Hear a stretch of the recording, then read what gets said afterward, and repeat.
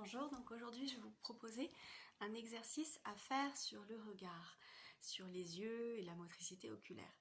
Donc cet exercice, il est intéressant pour toutes les personnes qui passent beaucoup de temps devant les écrans ou à lire, en tout cas beaucoup en vision focalisée. Et ensuite, c'est un exercice aussi très utile pour les personnes qui ont des difficultés de lecture, qui lisent trop lentement, voire pour les personnes qui ont des troubles de dyslexie. Et après, pour la dyslexie, il y a beaucoup de choses à voir au niveau de la motricité oculaire et de la coordination entre le regard, la posture, l'ajustement postural, la position de la tête. Là, aujourd'hui, on va juste voir comment passer d'une vision focalisée à une vision plus spacieuse, plus large, avec les champs visuels périphériques, et comment passer de l'une de ces visions à l'autre de manière fluide. Et je vous invite à observer pour vous avec quelle vision, quel type de vision vous êtes plus à l'aise. Il y a certaines personnes qui vont passer plus de temps en vision focalisée, même quand c'est pas utile. Par exemple, dans la rue, quand on marche dans la rue, c'est intéressant de pouvoir avoir une vision plus large, avec les champs visuels périphériques, et c'est ce qui va nous permettre de voir les obstacles sans regarder tout le temps nos pieds. Donc ça, c'est très utile aussi pour les personnes âgées et les troubles de l'équilibre. A l'inverse, les personnes qui ont des troubles de l'attention, qui sont souvent dispersées, c'est intéressant.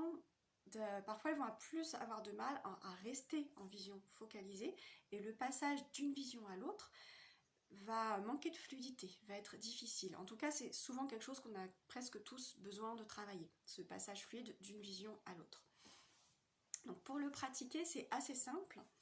Vous mettez pour commencer vos 2 pouces devant vous, vous regardez vos 2 pouces, et vos 2 pouces, vous les voyez de manière précise, et ensuite vous éloignez vos 2 pouces l'un de l'autre, le regard reste en face, mais vous continuez de voir vos pouces. Vous pouvez bouger les mains pour être sûr qu'elles font partie de votre champ visuel.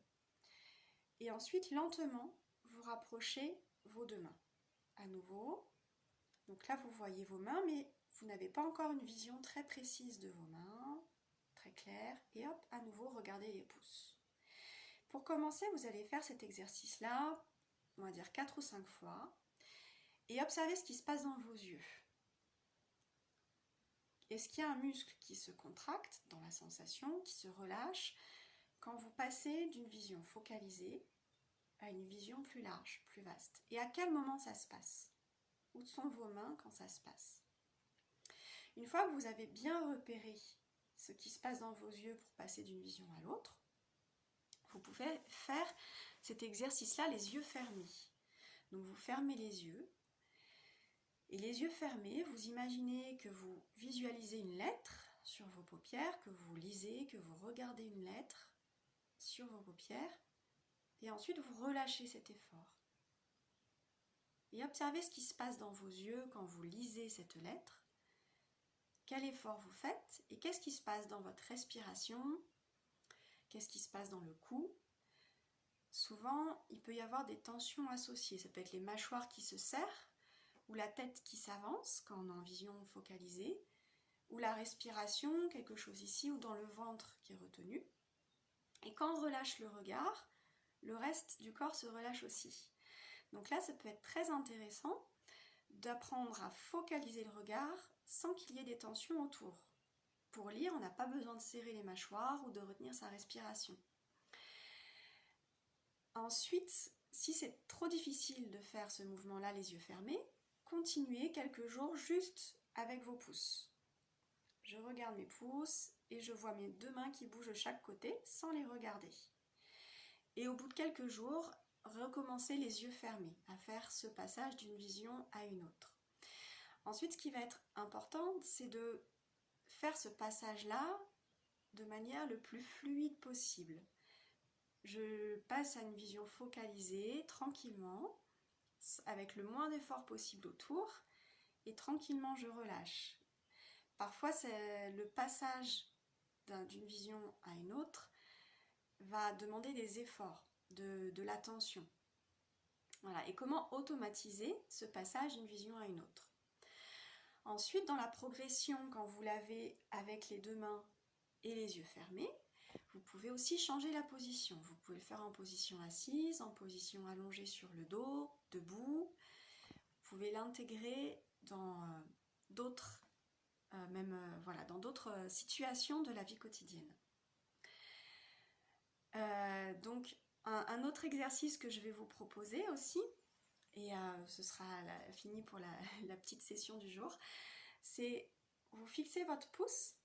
Donc là vous êtes en vision focalisée et vous allez rester en vision focalisée. Vous regardez votre pouce et vous tournez lentement la tête à gauche, lentement à droite, mais le regard lui reste en face. Vous dissociez le mouvement du regard du mouvement de la tête.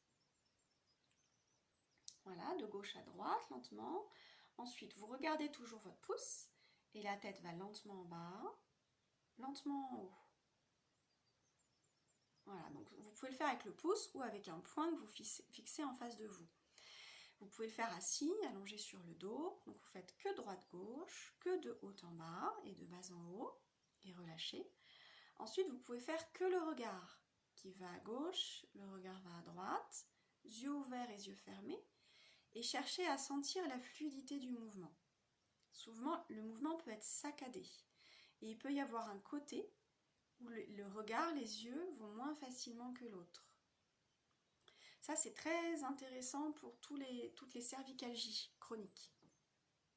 Il y a souvent la motricité et la coordination entre la motricité des yeux et la tête qui est modifiée. Soit la personne va trop bouger les yeux par rapport à la tête pour protéger ses cervicales, soit au contraire, tout va tout le temps bouger ensemble et la motricité oculaire ne sera pas suffisamment utilisée. Donc là, on a commencé. Soit vous faites que la tête, le regard ne bouge pas, soit vous faites que le regard de droite à gauche, de gauche à droite, de haut en bas, et la tête ne bouge pas, yeux ouverts et yeux fermés. Et observez la fluidité du mouvement, les différences entre chaque côté.